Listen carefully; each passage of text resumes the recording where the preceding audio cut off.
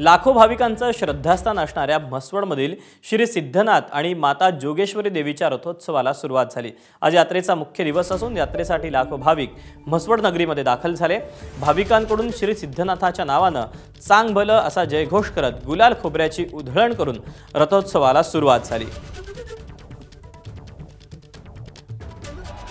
याचा आढावा घेतलेला आहे वैभव बोडकेनं। लाखो भाविकांचे श्रद्धास्थान असलेले श्री सिद्धनाथ आणि माता जोगेश्वरी यात्रेच्या म्हसवड येथील रथ उत्सवास सुरुवात झाली आहे। रथ उत्सवास आता पार पडताना आपल्याला पाहायला मिळते मोठ्या संख्येनं महाराष्ट्र, कर्नाटक, आंध्र प्रदेश या राज्यातून भाविक हे या ठिकाणी म्हसवड नगरीमध्ये आल्याचं आपल्याला पाहायला मिळते। मोठ्या संख्येनं भाविक या ठिकाणी यात्रेत आल्याचं देखील आपल्याला चित्र पाहायला मिळते। सिद्धनाथाच्या नावानं चांग भल्याच्या जयघोषात गुलाल खोबऱ्याची उधळण करत भाविक सहभागी झाले आहेत। या रथाच्या समोर खांद्यावर कावड नाचवण्याची प्रथा आहे। उंच कावडीला भगवा ध्वज बांधून ही कावड या रथाच्या समोर नाचवली जाते। यावेळी गुलाल खोबऱ्याची उधळण मोठ्या प्रमाणात केली जाते।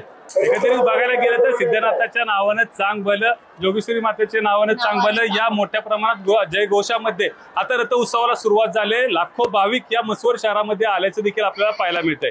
कॅमेरामॅन ओंकारसह वैभव बोडके, एबीपी माझा, सातारा, म्हसवड। एबीपी माझा, उघडा डोळे बघा नीट।